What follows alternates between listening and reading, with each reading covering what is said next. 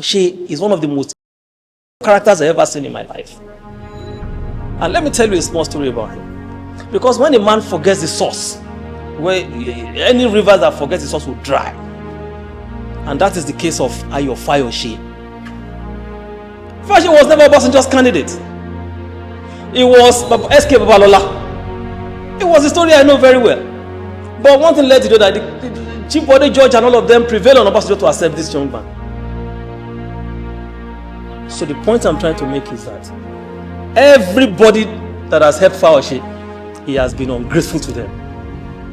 And I'm just worried for his later times in life. He said it by his own mouth. When nobody recognized him, when nobody has even given him any attention, it was Atiku that first gave him the first 15 million naira he used to embark on his campaign. He said it. As the later date he became the PDP governor's ranch, it was Atiku that made him PDP governor's chairman. They should go and ask what happened, because his brother started with him in the government. They should go and ask what went wrong. They should go and ask him what happened between him and his late sister being paid in London. They should go and ask him what he did to his mother when he chased his mother out of his house in Ekiti. Does that speak about somebody with... Yet you come on national TV, you come and be disparaging Atiku, then you now went further. You went to meet Obasanjo. Obasanjo was not interested in coming to your birthday. Right, on today's edition of Naija Unfiltered, our guest is a PDP chieftain, Oladimeji Fabiyi. In this era of girls of defection, decamping, resigning, realigning, where are you now? I'm still in PDP. Yes, we started PDP together. I served as the chief accountant there for like 8 years before I went to try to run for Federal House of Reps and all that. Then later I contested for the office of National Secretary of the party in 2012. So ever since, we've contributed to the growth of the party, development of the party. So I'm qualified to be called a chieftain or stakeholder, because there's nothing about PDP that I don't know. We've come a long way. We've served the party in so many capacities. I've been chairman of governorship, congresses, electoral and world congresses. We serve the capacity of serving the finance committee of the party. So many high-level, top-level capacity. So there's nothing anybody wants to tell us about PDP. Me about PDP, I don't know. That's interesting. I love that. So it brings us to the PDP that we are seeing today. Was it the PDP you loved, enjoyed, and would love to say, I'm a member of the biggest political party in Africa? I want to thank you for this question, because it's deep, and I'll try to do a lot justice to it. This certainly is not the PDP of my own dream, and when I say mine, of our dreams, because I know a lot of people share, the kind of, pain I share seeing PDP the way it is today. Like I said, I started with the party. This was not the party of Solomon La. This was not the party of Alex Ekweme of blessed memory. This was not the party of Abubakar Rimi. This was not the party of Atiku Abubakar. This was not the party of even Jerry Ghana, Professor Jerry Ghana, that is still good, that I now see today, supporting what those who wanted to do, who are bent on destroying their legacy, their dreams are doing. I was surprised, because this was not the kind of party. This was not about, yes, you brought Obasanjo into, but this was not the party of Obasanjo or Tony Anini. And those of us who were younger generation, this was not the party of people like this former governor of Abia State in those days, or Jikalu and all of. This was not the kind of this was not the party of their dreams. That's why all of them left, because the party lost the track. Quite unfortunate. And that we are where we are today in PDP is shameful, is disappointing, is heart-wrenching. I was there. I knew how the party, that was, in those days of Solomon La, that was when party was party. Up to the time of Barnabas Gimade, up to the time of Audrogbe, when the party can stand up and tell President Obasanjo, this is not the way we're talking about the party here. They will stand their ground. We knew why Audrogbe left, because he stood when Ngige was removed. He came up and stood for the truth. And that was why he was removed. So we were there. The party was very strong. Yeah, there's no perfect system. There's no perfect, but it was above 70%. But what do you have to do? We have dogs now in the party, so they are running the party. And let me tell you something that is very remarkable. Just because of the fact that most of these guys that are calling the shots in the party today were not there, they were not part of the founding vision, they were not part of the founding ideals of that party. That's why you can see they can conveniently do what they're doing to the party today. The likes of Wike, the likes of Fayose, the likes of even the new entrant. Okay, for instance, where was Bala? The governor of Bauchi, at that time, he was in APP. Fayose was nowhere. Where was Seyi Makinde? He was nowhere to be found. Where was Wike? Wike was just a council chairman in Obiako. The only link he had to the national would be national convention. Yeah, not because he had a governor who connects the national and tell them whatever they want to do in the state. So, but today these are the characters you see calling the shots in the party. Nobody is against them doing it, but they should have done better. And the question I always ask is this: Seyi Makinde on one part, the old G5 on one part. All these Bala Mohammed claim they were not part of the G5. The Fintiri of this Odu claim they are not part of the G5. And a host of others that are following them to the Mao Habwas of this world. Where were they when the party was disintegrating? Now they want to rescue the party. Now they want to make sure the party is, I look at even the Tanimo Turaki, whatever today. It was a show of shame. You saw what they have reduced the party to. It's paining some of us. And that's why we have resorted to just say, let's just be watching them. I am still in PDP. I will see where this leads PDP. So what happened at the PDP secretariat, where almost we saw fisticuffs, opposing parties, supposedly members of one party coming with thugs, police, tear gassing everybody? What does it really reflect, and what does it do to our democracy? That tells you that there's no PDP anymore. PDP has been having crisis. But when you have a crisis, and that crisis is beginning to shake the foundation of your institution, of your party, then there's a problem. It has now become the issue of a matter of ego, a matter of control. I'm in charge. I must do this. I look at the national secretary. They suspended the national secretary. I listened to his interview. I was ashamed. Why? Because it was not making any sense. And this one on the other hand too, they weren't making any sense. Now, suspension over suspender is now suspended. I don't know how to put it there. This one, suspension over suspension. Does that show you a party that still has character, that wants to win an election? I told them sometimes ago, I said the way this party was going is on supersonic speed to destruction, to self-destruct. And they are at that point now. Because Wike will not back down. The Seyi Makinde of this world will not back down. Bala Mohammed will not back down. Because the question we should be asking these guys was, okay, when you guys were together, fighting the man who was not fighting you, the man who built the party, who used his resources, somebody who could give a party 500 million in 1999, will you tell me that was a poor man? Atiku Abubakar was not a poor man when he released 500 million naira for this party. The secretariat they are fighting over today was a product of Atiku Abubakar. They should come and controvert me. When there was issue of accommodation, Atiku stepped in the gap. So we need to let people know all of this, because Atiku is not a noisemaker like them. He's not a man that is known for frivolities or jamboree like them. So we're still going to come there. So this same secretariat they are fighting on, somebody built, somebody did. So when people tell me Wike funded the party, I said, funded what? Wike was only funding his ambition and the things he wanted to do for the party. He didn't fund the party. He should tell me what he gave Ward 6 in Abeokuta, my ward. Is the money used to fund the party. I am funding my ward. I'm funding my local government. He should come and tell me. Because he dashes money to Damagru to do the damages, to Wanyan, who is sponsor of them to destroy the party. And people are telling me I said, what funding? He should come and tell us. He was funding whatever, his own agenda. He needed people to support him to be able to kill the party, and they have gotten to that point now. So as far as I'm concerned, PDP is gone. I will not, right now, say I want to run under PDP. Anybody who says he wants to run under PDP today does not know what he's doing. There's something is wrong with them. Anybody Who says I'm going to run? Look, I'm sorry for governor of Osun State now because I don't know where his election is in the next couple of months, a year. Who is going to sign his papers?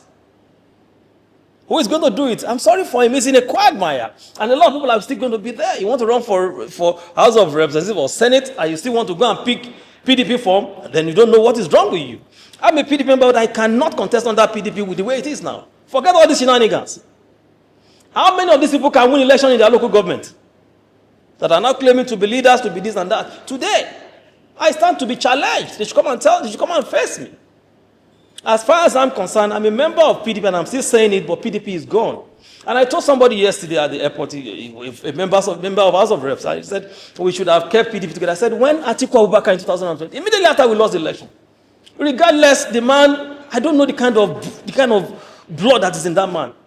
In spite of all the things they did to him, this man beckoned on the leadership of the party. He said, we have lost this election. Whatever was our mistake, we have made that mistake. Whatever we have done that was not right, we have done it, but let us pick up the pieces and let's see what we can achieve. These guys in power, PDP cannot defeat them.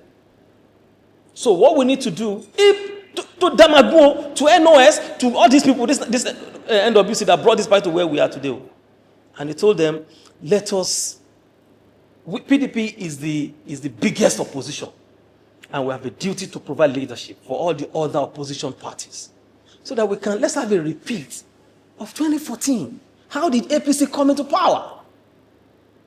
They call them legacy parties. And they formed APC.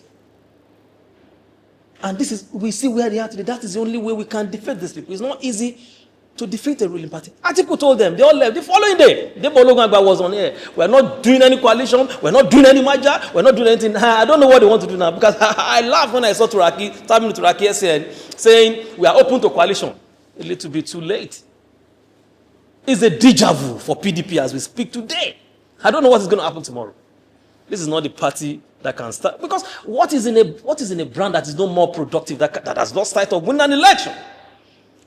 Corporate organization, big organization in the world, all over the world, rebrand to make profit for expansion, to new image, for market share, and all of that. Why was PDP and why is PDP afraid of joining the coalition? This has been the question nobody has been able to answer me. But because these people have their own selfish agenda, and the selfish agenda was to destroy the PDP for Tinubu to thrive. That's exactly what it is. So, the hypocrisy that brought Seyi Makinde and Wike and Damagun and all of them together, the hypocrisy has scattered them now, and I'm happy for it. So I don't belong to any group. I am a third force. We are a third force in the party. And we will tell them where we're going. Now, PDP is divided into two sharply right now. Apart from us, the third force that are looking at them, they don't know our strength. It is clear that Wike and his people are going to work for Tinubu. I am waiting for what Sani Moturaki, Seyi Makinde, and them will tell me who they are going to support. If they can go alone in the election, go alone in the election, and let's see where they will go to. Atiku, with his vision, has seen all of this. That is the remarkable difference between Atiku and all of these people. His experience, his vision, his ability to read. We knew what he did because it was too deep, bigger than all of these people. They are not mates, and they don't want to accept that. He saw this thing coming, and he stepped out. But you come out and be telling me Atiku is the problem. Anybody who is saying that is suffering from dementia. Maybe we'll still get to Atiku, despite the fact that he has left the PDP, they still feel it's still their problem. It's not their problem. Everybody will get there. We'll get to that. Former Ekiti State Governor Ayo Fayose's 65th birthday, he invited former President Olusegun Obasanjo, who spoke and said few things, and the next day Fayose replied. From your perspective, looking at what Obasanjo said, the reply from Fayose, what does this tell you? Let me tell you a small story about Fayose. Number one, let me say, for me, I've never taken Fayose seriously because Fayose is one of the most characters I've ever seen in my life. And let me tell you a small story about him. Because when a man forgets the source, where any river that forgets the source will dry. And that is the case of Ayo Fayose. When this man The first day this man came to National Secretariat of the PDP that I wanted to be governor, they didn't allow him to even enter the gate. I was the accountant in the party. I was one that went to meet him and said, "Who are you, sir?" He said, "I'm Ayo Fayose." He came with people. That day he drove one Jaguar, green Jaguar, to the secretariat. He came with people from Ekiti. And when they were coming, they brought a tanker. They brought loaves, Fayose bread. They brought soap, key soap, Fayose soaps that he was using to help people in Ekiti. At that time, we had an Ekiti man who was the national financial secretary of the party, who incidentally signed me into the party with Dr. Okwesilesenwodo. So I went up, I said, there was another man from Ekiti. So rest, Olomeye, Sam Olomeye. I went to, I said, this man is from Ekiti. He said he wanted to see the NWC members. That one said, I cannot be involved, but go and meet National Financial Secretary and tell him that there was a young man who brought people, they were singing stuff. So when I met the man, Fayose should come out and tell me this story is not true. And I went to beg the man. I said, sir, there is a man from Ekiti who said he wanted to run for governor. Do you know what the man told me? The man is still alive. Chief Awoyelu, Sike Awoyelu. He later became the chief whip in the Senate whip. So I'm telling you this story with fact. And the man said, why should I receive him? I want to run for governor of Ekiti State too. Then we had one, it was the only national officer that ran. Then luckily, the deputy national secretary of the party then, from Edo State, Tony Omoage, just walked in. I said, Oga, let us listen to this man. He said he wanted to run for governor. I don't know Fayose from anywhere. It was at that time Olowomeye joined me and we went to meet Tony Omage. It was Tony Omage who spoke to that financial secretary to say, let's see this man, before they allowed him enter into the secretariat.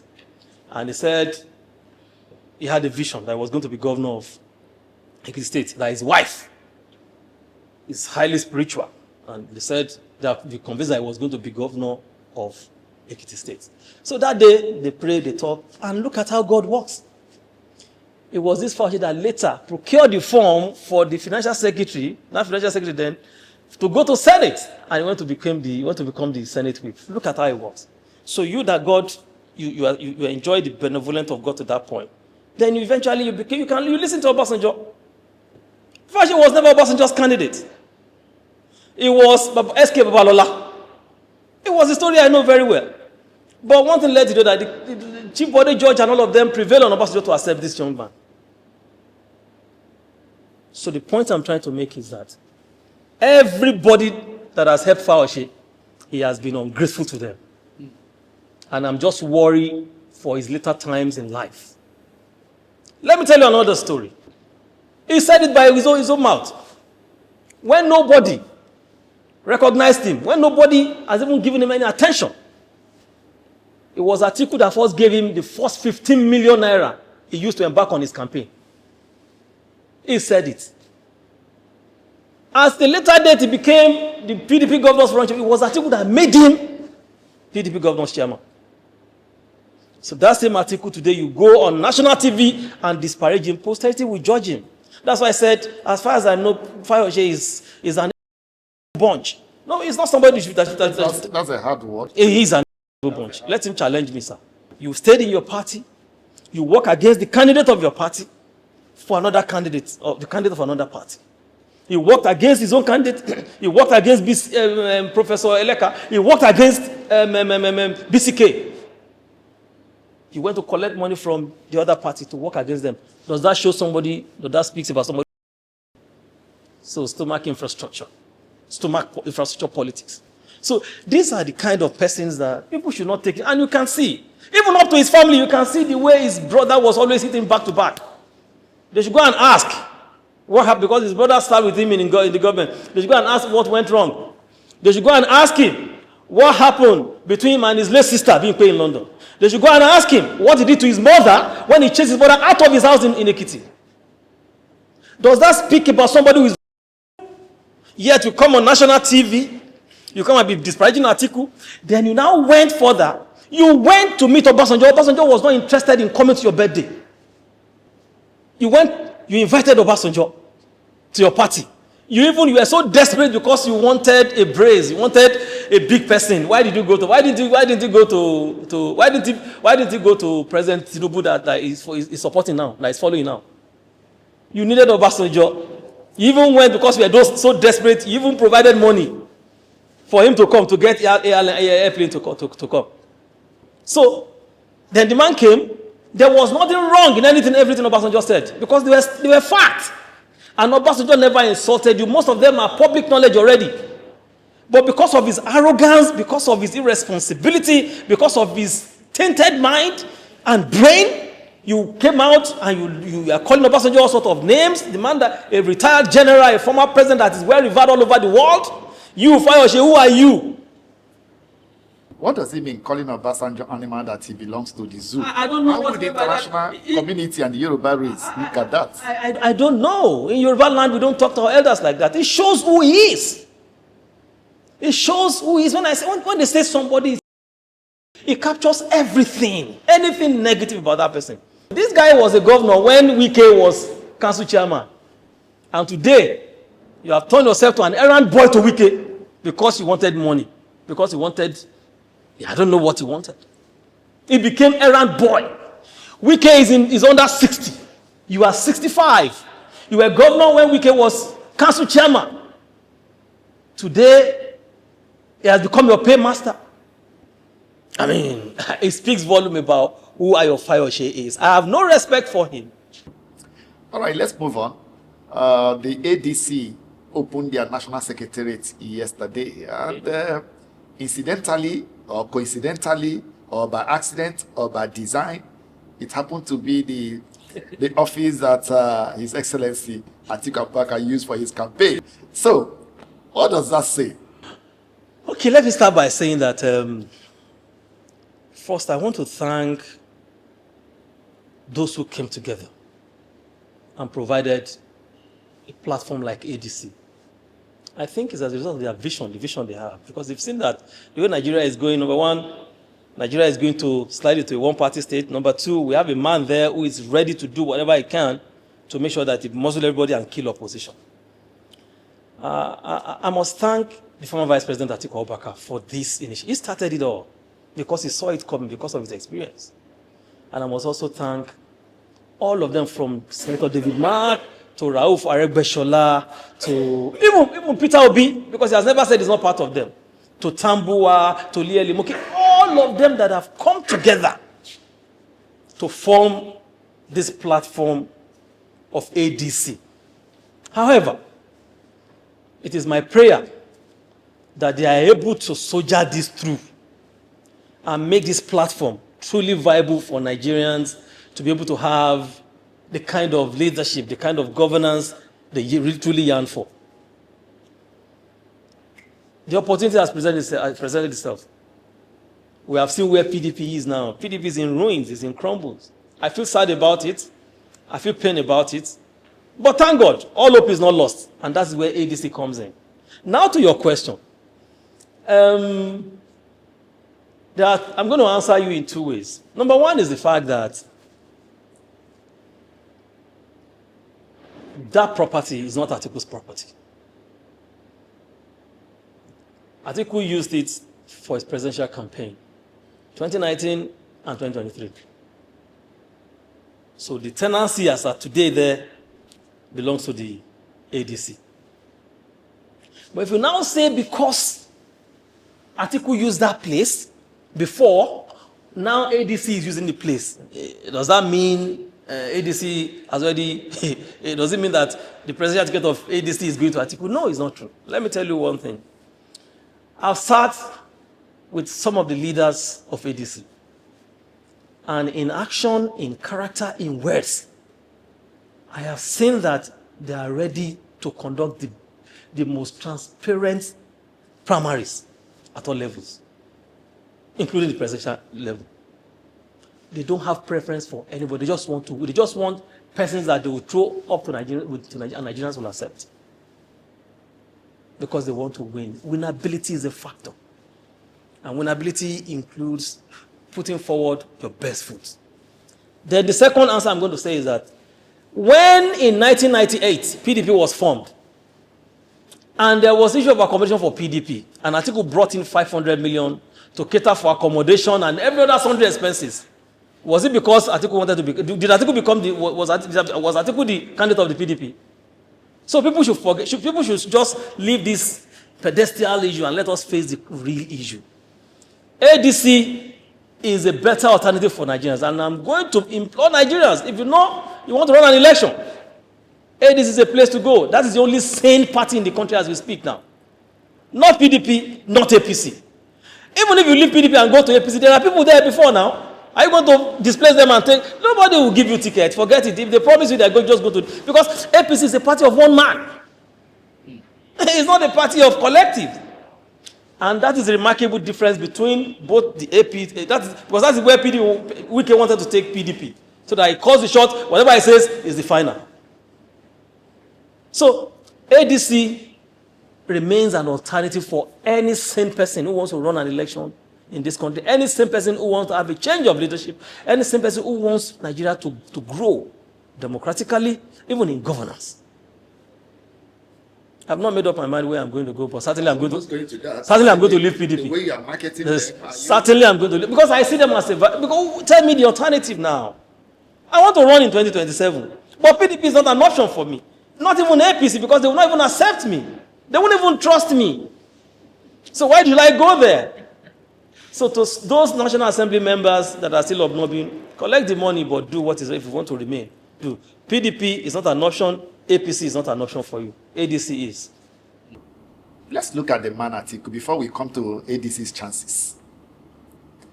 The man Atiku talks less, like you rightly observed, but very strategic. And despite talking less, a lot of people still have these fears about him. If we use the PDP, for instance, he has left the PDP. They say it was the problem of the party. He left the PDP. They are still divided. They are still fighting. They've not been able to resolve. Even as he has left, they are still calling that he's part of their problem. Who is the man, Atiku Abubakar? Let me quickly answer you this way. I'm going to talk about him. There's no... Even human beings are divided into three: the body, the soul, and the spirit. There is no organization that does not have a soul. Nigeria has a soul. And there are people that are the soul of the country. Atiku was one of the few souls of PDP. When Obasanjo was the president, he was the main soul of that party. And the day Obasanjo left and tore the membership card of the PDP, half of the soul of PDP left with him. And PDP has not been able to get it right till today.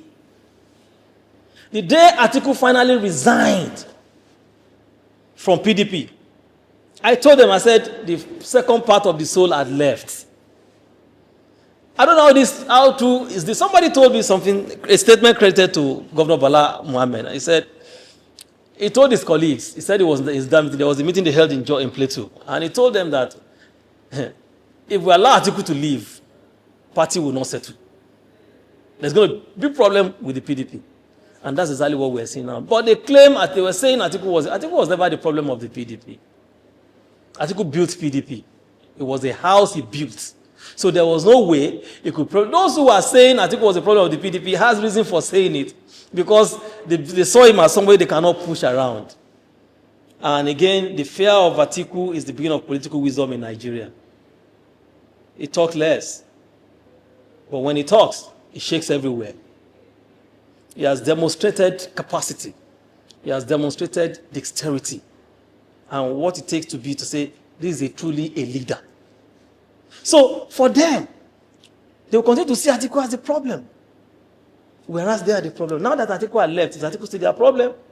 That's when I look at Fayose, when I look at those people talking, I say, look at this one. Do you think Nigerians are listening to you? The man has stepped aside for you now. So it means that, like the question I ask you, what was the purpose of coming together of these people in the first night, G5 and all the people that are on this part? What was the purpose? What was the end game? No end game. I was with Governor Tabua one day when one of the campaigns, we were in the same hotel room, and he was asking Governor Sheyi Makinde, my president, what is the end game to all of these G5 things people are doing? We are seeing it now. Like I said, Hypocrisy brought them together. And I'm so glad that that hypocrisy has scattered all of them. And they will never come together. When you break egg, you can never assemble it again.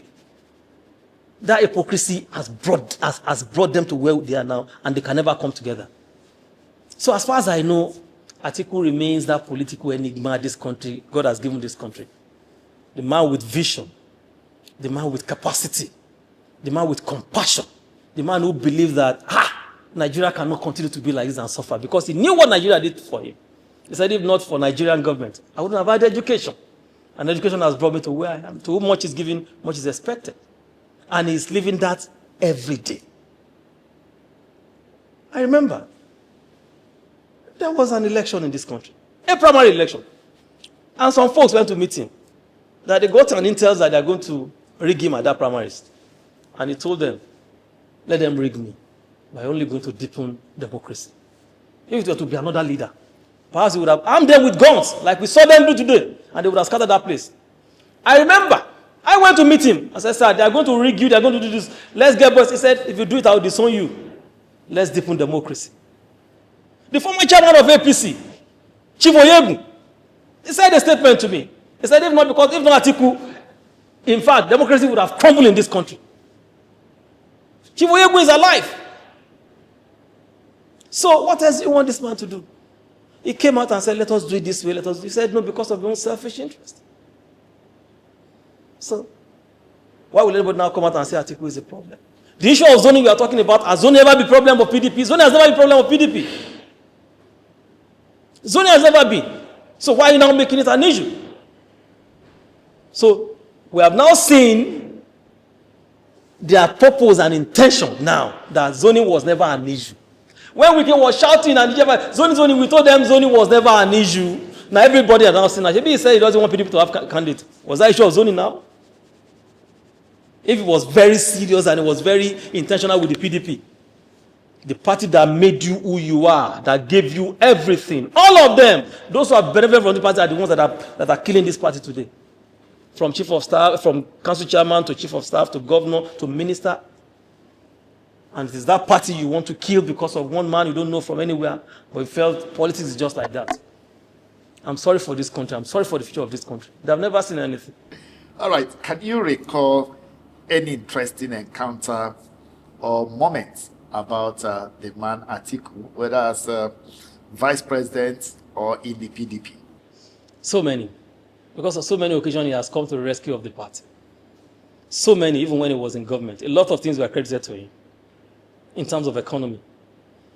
What we achieved with our GDP has never been achieved since Obasanjo and Atiku government left.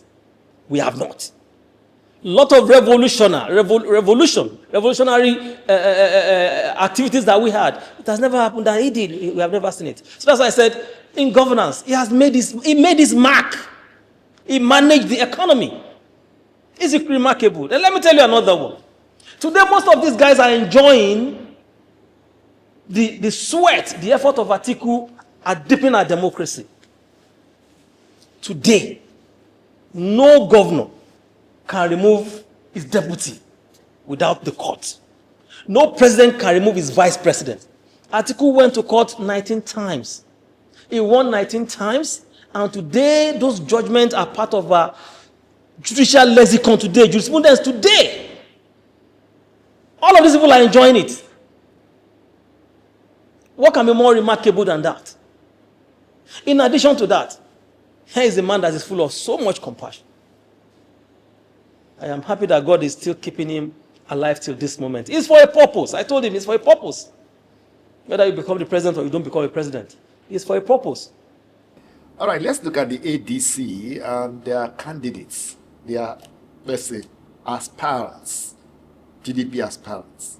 Let's look at them, some of those who have shown interest or that we think are showing interest. What are their chances in 2027? Even though we've not, no candidate yet, but we are seeing people aspiring. Let me tell you what I understood about ADC, and I feel they are getting right. You don't just go into an election without proper structure. When the coalition inherited ADC, they discovered that, yes, ADC has some level of structure, but it was not robust enough to face an election. So the first thing they felt they needed to do was to make sure that they reorganize the structure of the party. You need structure to win an election. That's to tell you people who knows what they are doing. If anybody tells you he wants to run for president now and he said, I'm just going to hijack one party and that's where he's just messing up himself. Because to set up party structure is not an easy thing. I've done it before. So I know how it is, how tedious it can be. So they have started on a very good footing to making sure that the structures are there across the country. And they've accomplished almost about 85% of it now across the country. By the time they come up with it, their congresses, you will see.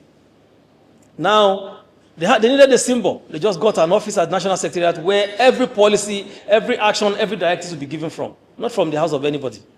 Because it's a party of the people, for the people. It's not the party of one man that you have to go to his house or you have to go to the villa and get instruction before anybody does anything. That's why I'm just pitying those who want to go and run under APC. Because the man there will just tell you who should run, who should not run. Even if you are qualified, they don't care. Even if you are more qualified, they don't care. As long as they have their own person, that is the person that they will choose. And that's why I said ADC is more of it. Is a party that today you can say has sanity than any other party. Their vision are very clear. They have their vision very clear. And they are pursuing it diligently. Of course, we need to raise funds. By the time they would have their congresses, they do their membership mobilization, you will see. But not many people will tend to agree with you. They seem to be too quiet. Not many people are seeing them as a very strong opposition. If you fail to plan, you are planning to fail. They are planning and they have to plan. Like if you want to go into election, you don't just, it's not something haphazard. You have to be sure. You have to know what you are doing. And that's why I mentioned this issue of structure. They have to make sure it's there. You don't expect them to be making noise when they are putting their house together. See, all the stones, all the cutlasses, all the guns, all the bombs, APC has thrown into them. They are still standing. They're doing their thing because those who are running the affairs of the party are well experienced enough. They are strategists. You can't wish away Senator David Mark's experience in politics and governance. You can't. Or is it everybody you want to throw into the ball under the box? No. These are the people that are running the party. Do you think APC is afraid of ADC? Of course, they are afraid of ADC now. They know. They believe the PDP is as in part too. ADC is their problem. APC is not looking at PDP anymore because they have achieved their goals there. They have achieved their ADC is the issue. And that's why they are trying everything possible. See all the legal obstacles they are trying to throw. Those guys meticulously run over it and they are stabilized. More will still come. They know. They're not unaware, but they are ready. So I see ADC as that party for Nigerians that need rescue. I see that ADC as that party for those who truly have genuine intention to be part of governance, to lead this country. So now to those who have signified interest, they are welcome. Because that's the beauty of democracy. So the ability of the leadership, and as I said, I'm happy with their state of mind, with their position. That whoever is interested, if I'm interested in running for president, I will come out. They're not going to shut me out. They're not going to stop me. Go to the field and try your luck. If people want you, you are the candidate. And this will lead me to my advice to those who want to run under the ADC. Whether it's the articulate, whether it's the obedient, whether it's the Amechi's people, whether it's anybody that wants to run. You don't need to fight each other. You don't need it. Because all of you are in the opposition. Obedient must not be attacking Atiku. The Atiku guys must not be attacking Peter Obi. They must not be attacking Amechi's supporters. Amechi's supporters should not be attacking anybody. If you have sense, you will not do that. If you do that, that means you don't have sense. When I look at Obedient attacking Atiku on Twitter, on media, social media, I said, these guys have no sense. But later we realized that they are not really the Obedient people, they are the APC people. The people that APC were sponsoring to start bringing down Peter Obi, to bring in Atiku, to wash down Amechi. And that's a sign of fear. Serious sign of fear. So everybody has to come together. All opposition must come together to rescue this country from these people. If not, it's back to square one. Let's look at the state of the nation. Let's weigh in a little bit. Let's start with what happened last week, Tuesday, Wike and the young naval officer. What does this signpost for our democracy and how the international community will be looking at Nigeria given that incident? This government has disgraced us many times from the day one. They've been disgracing this country, and the one Wike did was another one. It was not an exception. They've been disgracing us in the eyes of international community. So they don't see us as serious people. Why should you go there and meet the guy? You have people that are under you, and then you want to show that I'm the minister, I'm in charge of this place. Let me ask Wike if he's listening. If he's, I hope he's. When in the last 2 months or 3 months thereabout, the signpost, the signboard of President Tinubu was everywhere, all over highways in Nigeria, Lagos, Abuja, Port Harcourt, everywhere. What did Wike do? If that were to be done by Atiku or Peter Obi or Amechi, you would have heard him come out and say, I am the minister of FCT, I have control over this, go and remove them. Did he do that? Did he do that as minister of FCT? Even INEC didn't say anything because he was the president. These are the kind of characters we call our leaders. Your leaders, they are not my leader anyway. You're Nigerian. They are not my leader. Your leader. I know who my leaders are. So as far as I'm concerned, these guys are just a bunch of jesters who don't care about anybody. Just 2 days ago, 25 pupils were kidnapped in Kebbi. A vice principal was murdered. And look at the shenanigans of minister and his people in PDP today. Does that speak anything to you? Does it tell you that these people don't care about anything? Now Vice President Chetima is they're preparing for receiving people that are coming to APC when they were killing us.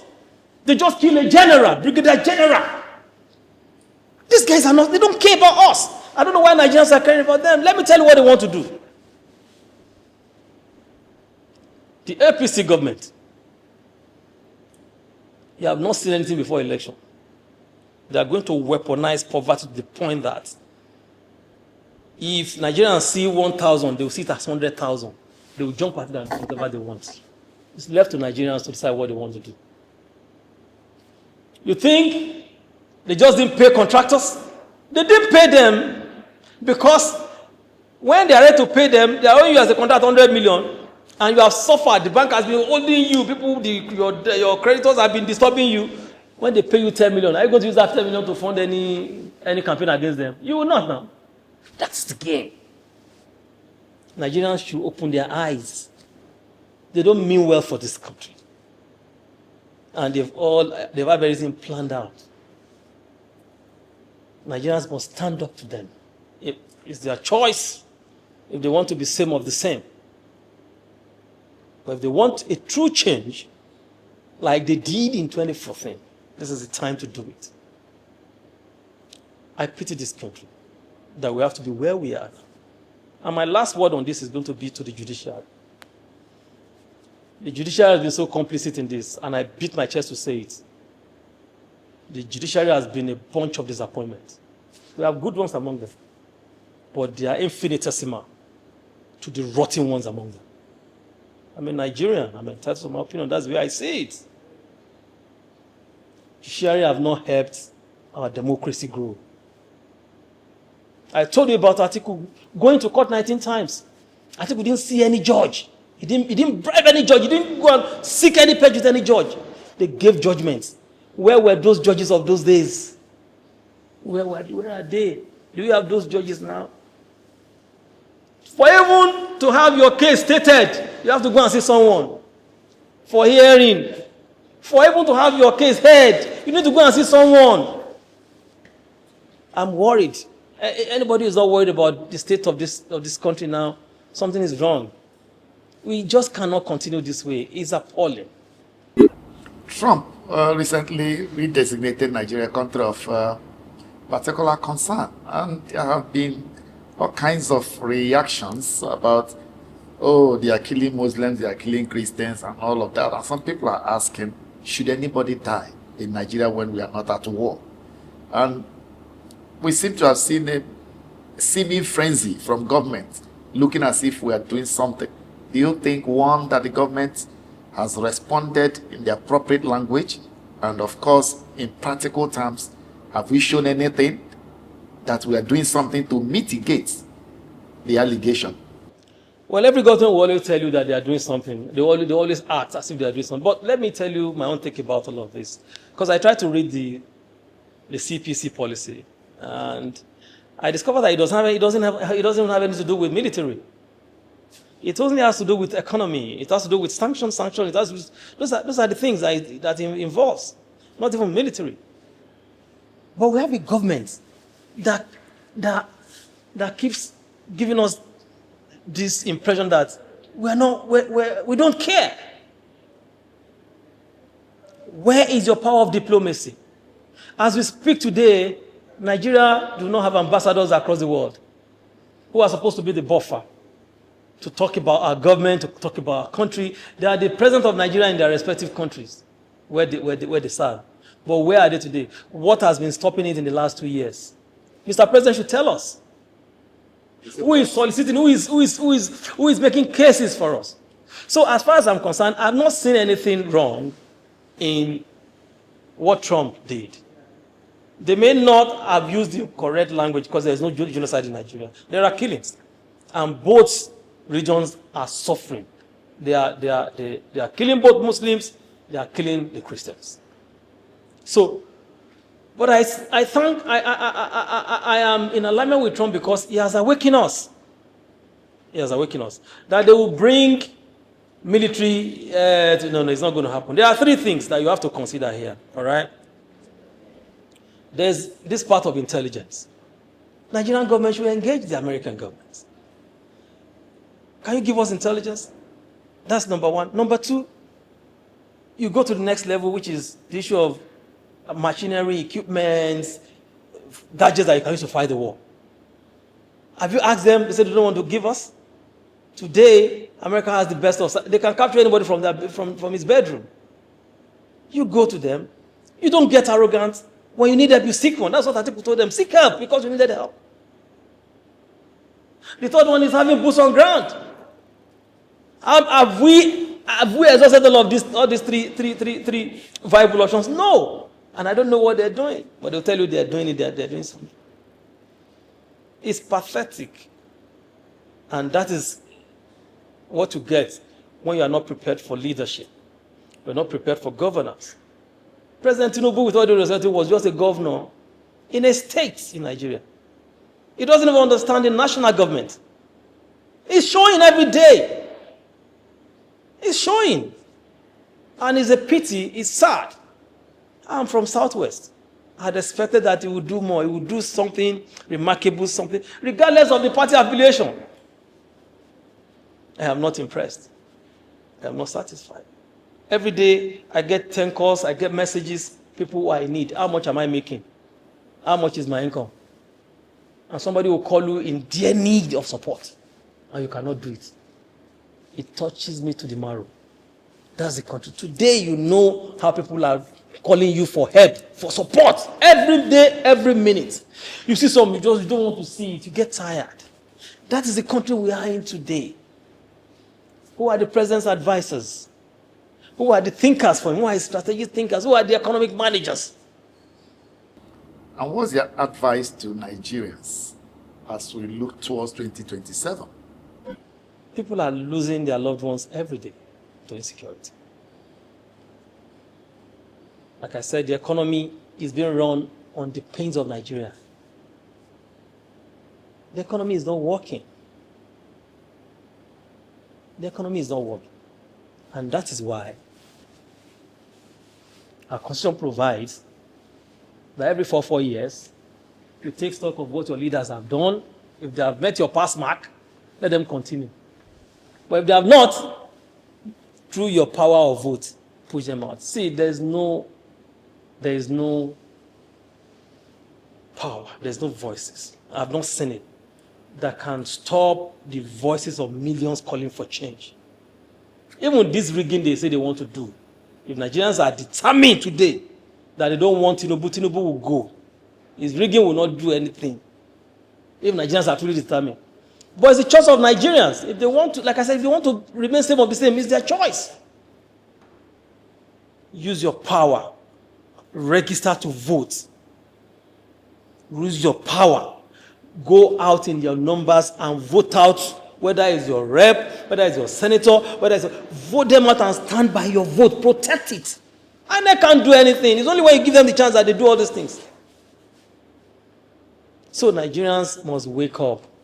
But if we are okay with the status quo, no problem. But I am not okay.